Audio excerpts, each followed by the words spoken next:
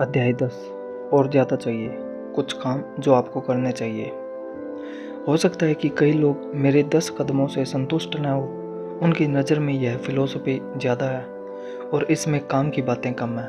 मैं यह मानता हूँ कि फ़िलॉसफ़ी भी उतनी ही महत्वपूर्ण है जितनी कि काम की बातें। ऐसे कई लोग हैं जो सोचने के बजाय करना चाहते हैं और ऐसे लोग भी हैं जो सोचते हैं परंतु करते कुछ नहीं हैं।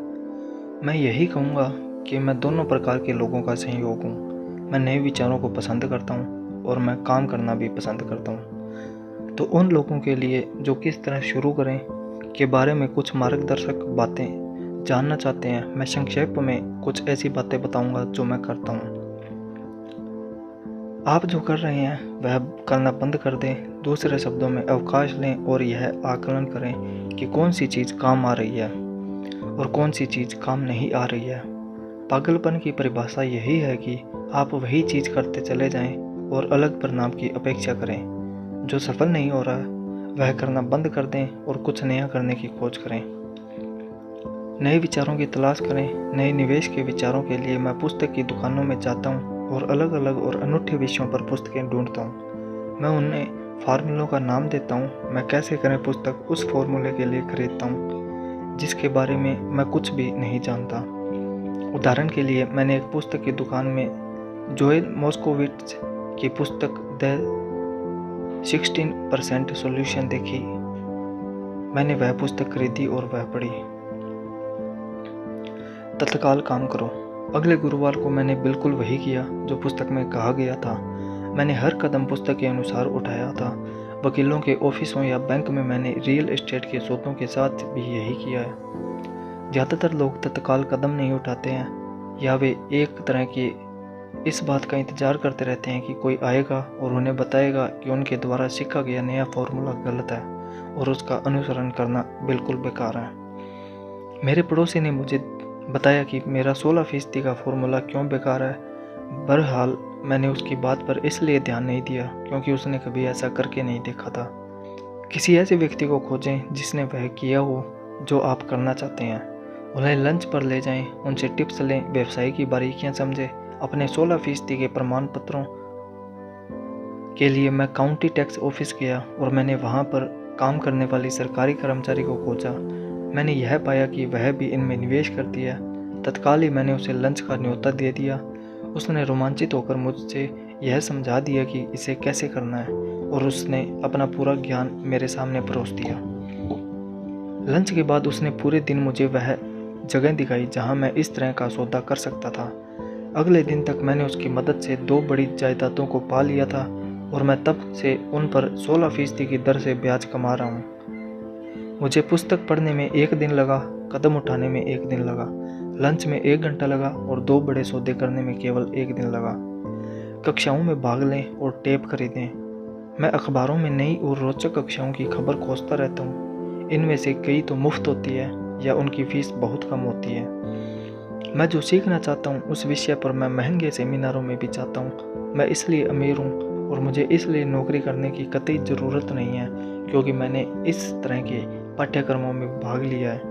मेरे कुछ दोस्त हैं जो मुझे यह बताया करते थे कि इस तरह के कार्यक्रमों में भाग लेकर मैं अपना समय और पैसा दोनों बर्बाद कर रहा हूँ। वे आज भी वही काम कर रहे हैं। हमेशा ऑफ़र देते रहें। जब भी मैं कोई रियल एस्टेट की प्रॉपर्टी चाहता हूँ तो मैं कई प्रॉपर्टी देखता हूँ और सामान्यतः एक ऑफ़र लिख देता हूँ। अगर आप नहीं जानते कि सही ऑफ़र क्या होना चाहिए तो यह मैं भी नहीं जानता। यह तो रियल एस्टेट एजेंट का काम है। वे ऑफ़र का कड़ा देते हैं। मैं यथासंभव कम से कम काम करता हूँ। मेरी एक मित्र चाहती थी कि मैं उसे अपार्टमेंट हाउस खरीदना सिखाऊं। एक शनिवार को वह, उसका एजेंट और मैं गए और हमने 6 अपार्टमेंट हाउस देखे। 4 तो घटिया थे परंतु 2 अच्छे थे। मैंने उससे कहा कि वह सभी 6 पर ऑफ़र लिख दें और मालिकों द्वारा मांगी गई कीमत से आधी का ऑफ़र दे दें। यह सुनते ही उसे और उसके एजेंट को दिल का दौरा पड़ते पड़ते बचा।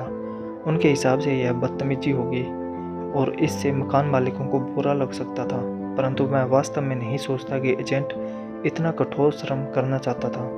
इसलिए उन्होंने कुछ नहीं किया और वे एक बेहतर सौदे की तलाश में चले गए। उन्होंने कभी कोई ऑफ़र नहीं दिया और वह आज भी सही कीमत पर सही सौदे के लिए भटक रही है। आप नहीं जानते कि सही कीमत क्या है जब तक कि सौदा करने के लिए आपके सामने दूसरी पार्टी न हो। ज़्यादातर बेचने वाले बहुत ज़्यादा कीमत मांगते हैं। यह दुर्लभ है कि कोई बेचने वाला वास्तव में ऐसी कीमत मांगे जो वास्तविक मूल्य से कम हो। इस कहानी से हमें यह शिक्षा मिलती है कि हमें ऑफर देना चाहिए। जो लोग निवेशक नहीं होते उन्हें यह समझ ही नहीं होती कि कोई चीज़ बेचना कितना कठिन होता है। मेरे पास एक रियल एस्टेट की प्रॉपर्टी थी जिसे मैं महीनों से बेचना चाहता था। मैंने किसी भी चीज़ का स्वागत किया होता, मुझे इस बात से कोई फ़र्क नहीं पड़ता कि कीमत कितनी कम थी।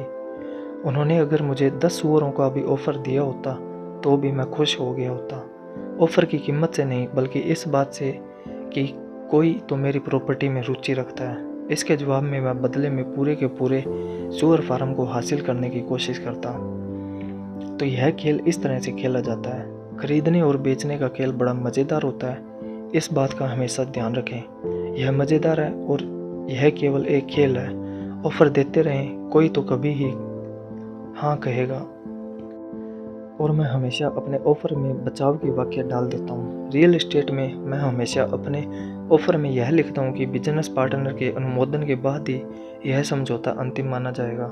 मैं यह कभी नहीं बताता कि मेरा बिजनेस पार्टनर कौन है। ज़्यादातर लोग यह नहीं जानते कि मेरी बिजनेस पार्टनर मेरी बिल्ली है। अगर वे ऑफ़र को मान लेते हैं और मैं सौदा नहीं करना चाहता तो मैं घर फ़ोन लगाता हूँ और अपनी बिल्ली से बात कर लेता हूँ। मैं यह अजीबोगरीब वक्तव्य इसलिए बता रहा हूँ ताकि आप यह जान सकें कि यह खेल कितना आसान है। ज़्यादातर लोग चीज़ों को बहुत ज़्यादा जटिल बना देते हैं और उन्हें काफ़ी गंभीरता से ले लेते हैं।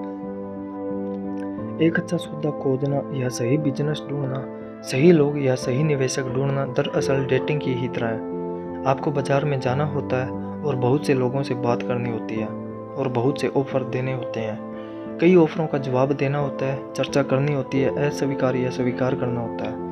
मैं जानता हूँ कि ऐसे भी अकेले लोग होते हैं जो घर पर बैठकर फ़ोन की घंटी बजने का इंतज़ार करते रहते हैं। परंतु जब तक आप सिंडी क्रॉफोर्ड या टॉम क्रूज नहीं हैं, मैं सोचता हूँ कि आपके लिए बेहतर तो यही होगा कि आप बाज़ार में जाएं, चाहे सुपरमार्केट में ही चले जाएं, खोजें, ऑफ़र दें, अस्वीकार करें, सौदेबाजी करें और अस्वीकार करें। यह ज़िंदगी में हर चीज़ के बारे में दोहराई जाने वाली प्रक्रिया है। महीने में एक बार किसी निश्चित स्थान से 10 मिनट तक जॉगिंग करते हुए या टहलते हुए या गाड़ी चलाते हुए निकलें। मैंने अपने कुछ बेहतरीन रियल एस्टेट के निवेश तो जॉगिंग करते समय ही खोजे हैं। मैं 1 साल तक किसी निश्चित दायरे में जॉगिंग करता था। मैं परिवर्तन को देखता रहता था। किसी भी सौदे में फ़ायदे के लिए 2 तत्वों का होना जरूरी है, एक तो सौदा और दूसरा परिवर्तन। हालांकि सौदे तो बहुत से होते हैं, परंतु परिवर्तन को भांप लेने से सौदे का एक फ़ायदेमंद मौके में बदल जाता है। इसीलिए जब मैं जॉगिंग करता हूँ तो मैं जॉगिंग करने के लिए एक ऐसी जगह चुनता हूँ जहाँ मैं निवेश करना चाहता हूँ। बार बार उसी जगह के चक्कर लगाने से मैं वहाँ हो रहे छोटे छोटे परिवर्तनों को देख सकता हूँ। मैं ऐसे रियल एस्टेट के साइन बोर्ड को भांप लेता हूँ जो वहाँ काफ़ी लंबे समय से लगे हुए हैं। इसका मतलब यह होता है कि बेचने वाला सौदा करने के लिए बहुत ज़्यादा इच्छुक होगा। मैं जाते हुए ट्रकों को भी देखता रहता हूँ और आते हुए ट्रकों पर भी निगाह लगाए रखता हूँ। मैं रुककर ड्राइवरों से बात करता हूँ। मैं पोस्टमैनों से भी बात करता हूँ। उन्हें अपने इलाके के बारे में गजब की जानकारी होती है। मैं एक बुरा इलाका खोज लेता हूँ, खासकर ऐसा इलाका जहाँ लोग किसी बुरी खबर से डरे हुए होते हैं। मैं वहाँ साल में कई बार यह देखने के लिए चक्कर लगाता हूँ कि सुधार के लक्षण कहाँ नजर आ रहे हैं। मैं रिटेलर से बात करता हूँ, खासकर नए दुकानदारों से, और उनसे यह पूछता हूँ कि वे इलाके में क्यों आए हैं। इसके लिए महीने में कुछ मिनट का समय देना होता है और मैं इसे तब करता हूँ जब मैं कसरत कर रहा होता हूँ या इसी तरह का कोई दूसरा काम कर रहा होता हूँ, जैसे स्टोर जाने या आने का काम। स्टॉक के मामले में मुझे पीटर लिंच की पुस्तक बीटिंग कैस्ट्रिक इसलिए बहुत पसंद है क्योंकि इसमें ऐसे स्टॉक को चुनने का फॉर्मूला दिया गया है जिनकी कीमतें बढ़ने वाली है। मैंने यह पाया है कि कीमतें बढ़ने के सिद्धांत हर जगह एक जैसे होते हैं, चाहे वह रियल एस्टेट हो, स्टॉक को, म्यूचुअल फंड हो, नया पालतू कुत्ता हो, नया घर हो, नया जीवन साथी हो या लॉन्ड्री के डिटर्जेंट पर बार्गेनिंग हो। प्रक्रिया लगभग वही रहती है। आपको यह जानने की ज़रूरत होती है कि आप किसकी तलाश कर रहे हैं और इसके बाद आपको उसे तलाशना होती है। ग्राहक हमेशा गरीब क्यों रहेंगे? जब सुपरमार्केट में कोई सेल लगती है, जैसे टॉयलेट पेपर की, तो ग्राहक दौड़कर स्टॉक इकट्ठा कर लेते हैं। जब स्टॉक मार्केट में सेल लगती है, जिसे सामान्यतः क्रैश या उतार या सुधार कहा जाता है, तो ग्राहक इससे दूर भाग जाते हैं। जब सुपरमार्केट अपनी कीमतें बढ़ा देता है, तो ग्राहक कहीं और जाकर खरीदारी करते हैं। जब स्टॉक मार्केट अपनी कीमतें बढ़ा देता है, तो ग्राहक खरीदना शुरू कर देते हैं। सही जगहों पर खोजें। मेरे पड़ोसी ने कंडोमिनियम रियल एस्टेट $1,00,000 में खरीदा। मैंने उसके बगल में वैसा ही कंडोमिनियम $50,000 में खरीदा। उसने मुझे बताया कि वह कीमतों के बढ़ने का इंतजार कर रहा है। मैंने उससे कहा कि फ़ायदा खरीदते समय होता है, न कि बेचते समय। उसने एक ऐसी रियल एस्टेट ब्रोकर को चुना जिसकी खुद की कोई प्रॉपर्टी नहीं थी। मैंने एक बैंक के फोरक्लोजर डिपार्टमेंट की मदद ली। मैंने एक कक्षा में $500 की फ़ीस देकर यह सीखा था कि ऐसा कैसे किया जा सकता है। मेरे पड़ोसी का विचार था कि रियल एस्टेट के निवेश की कक्षा के लिए $500 की फ़ीस बहुत महंगी थी। उसने कहा कि उसके पास न तो इतने पैसे हैं, न ही समय, इसलिए अब वह कीमत बढ़ने का इंतज़ार कर सक रहा है। मैं पहले तो उन लोगों की तलाश करता हूँ जो खरीदना चाहते हैं, फिर मैं उस व्यक्ति को ढूंढता हूँ जो बेचना चाहता है। मेरा एक दोस्त एक प्लॉट ढूंढ रहा था। उसके पास पैसा था परंतु समय नहीं था। मैंने भी ढूंढना शुरू किया और मुझे अपने दोस्त की ज़रूरत से बड़ा ज़मीन का टुकड़ा मिल गया। मैंने इसे एक विकल्प के साथ जोड़ दिया, अपने दोस्त को फ़ोन किया और उसे इसका ऑफ़र दिया। उसे ज़मीन का छोटा टुकड़ा चाहिए था, इसलिए मैंने उसकी ज़रूरत का टुकड़ा उसे बेच दिया और ज़रूरत खरीद ली।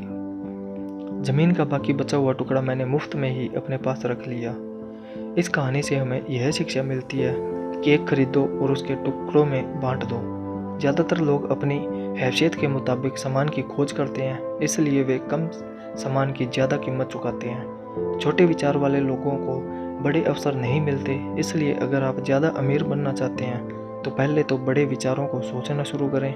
दुकानदार ज़्यादा सामान खरीदने वालों को डिस्काउंट देते हैं और वे ऐसा इसलिए करते हैं क्योंकि ज़्यादातर व्यवसायी ज़्यादा खर्च करने वाले लोगों को पसंद करते हैं।